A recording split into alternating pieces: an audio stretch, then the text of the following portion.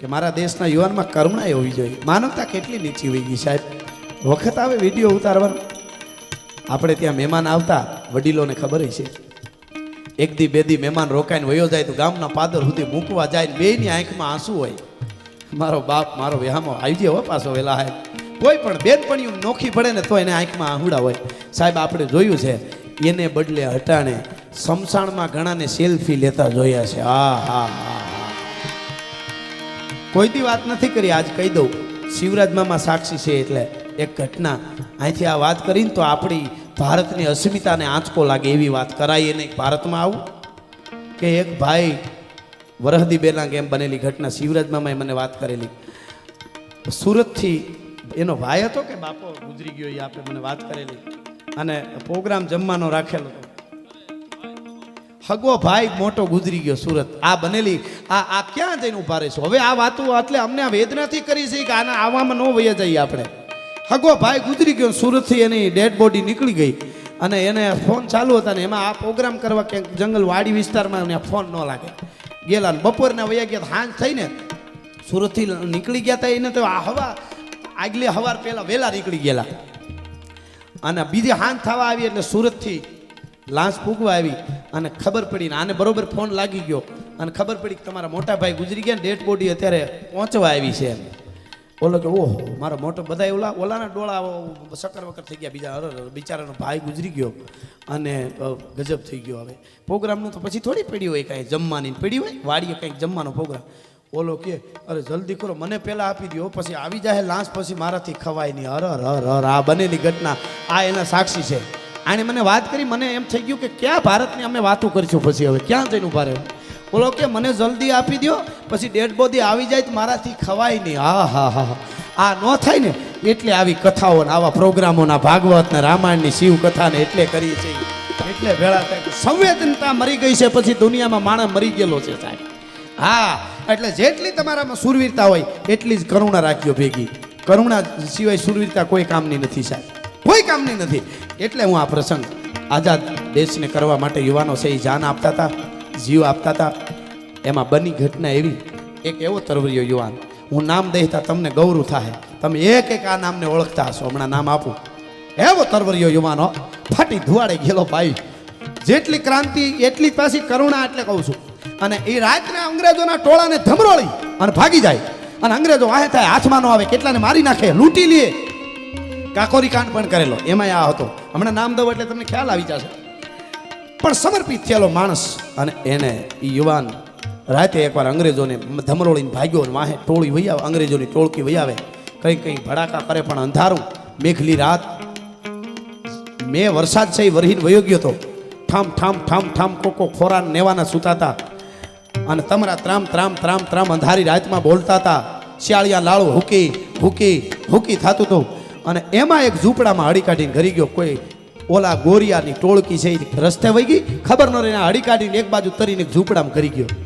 ઝાંખો ઝાંખો દીવડો બળે અને ઝૂંપડામાં પતરાની કમાડી હતી ને આંસકો માર્યો, દોરડું હડેલ હતું એ તૂટી ગયું.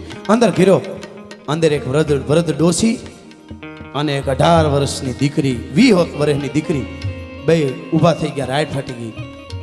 બીતા નહીં માડી, બેન બીવાની જરૂર નથી, હું તમારા જેવો જ છું, પણ મારી વાહે આ રાક્ષસો છે અંગ્રેજો. એટલે મને ઘડીક વાર ઓહો એવું છે, કાંઈ વાંધો નહીં. એને ખબર હતી કે અંગ્રેજો વાહે થયા હોય એટલે આ આપણો જ હોય એમ.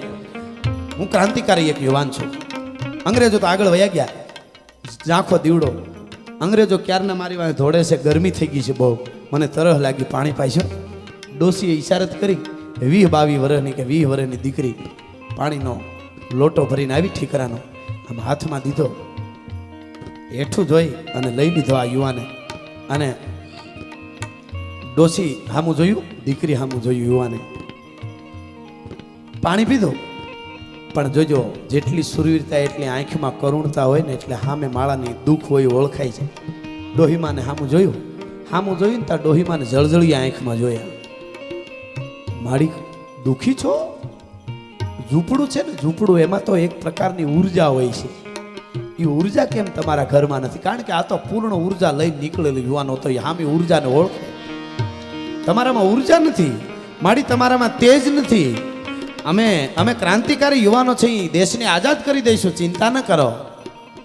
કે દેશ તો આઝાદ થઈ જાય, પણ સમાજમાં અમુક ન થવાની જે રૂઢિયું છે, સમાજમાં અમુક જડતાઓ છે, આપણા સમાજમાં અમુક જે ખોટા કુરિવાજો, એને કોણ આઝાદ કરશે ભાઈ? ઓહો, એવું વળી શું છે કે અંગ્રેજો તો ભાગી જાય તમારા જેવા યુવાનો. તમે કોણ છો ખબર નહીં, પણ તમે કીધું ક્રાંતિકારી. ડોહીમાં વાત કરે છે, વિહંગ વરાની રૂપના અમાર જેવી દીકરી ઊભી છો. મારી શું દુઃખ છે કે અમારે ગરીબ માણસ છે, મારો દીકરો ગુજરી ગયો, આ મારા દીકરાની દીકરી છે. એવો રોગ આવ્યો, મારો દીકરો ગુજરી ગયો, દીકરાને વહુ ગુજરી ગઈ, આ દીકરીની માં. હું એની દાદી છું, દાદી દીકરી ભેળા રહી છે. મારી દીકરી 18 વર્ષની થઈ, માગાઈ આવે છે, પણ એવો નાતમાં અમારે કુરિવાજ છે દહેજનું. 5000 રૂપિયા ભેગા દઈ તો જ મારી દીકરી હારે કોઈ લગ્ન કરે. અને આ યુવાનને જેને કહેવાય હેરડો પડી ગયો, આવી રૂપના અંબાર જેવી દીકરી આંગણામાં ઊભી હોય તો આંગણું રૂડું લાગે, અને આ દીકરીને માટે 5000 દહેજ ભેળું દે તો લગ્ન કરે. આહા, હજી કાવીને કીધું, બેન તું મારી બેન, હું તારો ભાઈ, હવે તારા લગ્ન થઈ જાય. એટલે ડોહી બોલી, તમારા જેવા ક્રાંતિકારી યુવાન દેશ માટે નીકળ્યા હોય, એના પૈસા લઈને હું દહેજમાં ન દઉં.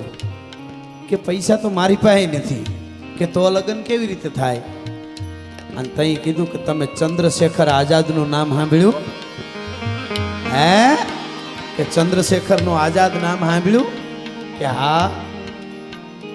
એના ઉપર ઇનામ જાહેર થયું એ તમને ખબર? કે આ 5000 ઇનામ. તેદી 5000 એટલે અત્યારે 5 લાખ નહીં, 5 કરોડ કહેવાય. તેદી તમે 5000ની જમીન લીધી હોય અત્યારે 5 કરોડની થાય. સીધી જ વાત લ્યો. ચંદ્રશેખર આઝાદ ઉપર 5000નું ઇનામ અંગ્રેજોએ પકડી દે તો એને બહાર પાડ્યું. તમને મારી ખબર? કે હા. ઓલી દીકરી બોલી, હા, કે હું પોતે ચંદ્રશેખર આઝાદ છું, ભલા માણસ, હું પોતે જ અંગ્રેજોની સેનાઓને, હું ચંદ્રશેખર આઝાદ છું. ઓહો, અમારું આંગણું પાવન થઈ ગયું.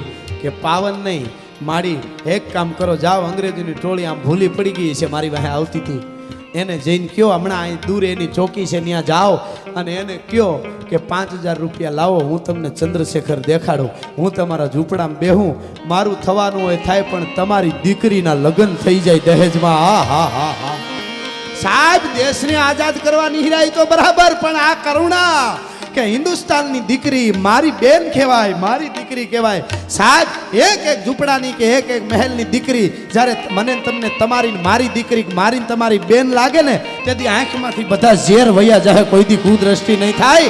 અને સમાજમાં અમુક ઘટનાઓ જે બને છે બળાત્કારની, એ કોઈ દિવસ નહીં બને.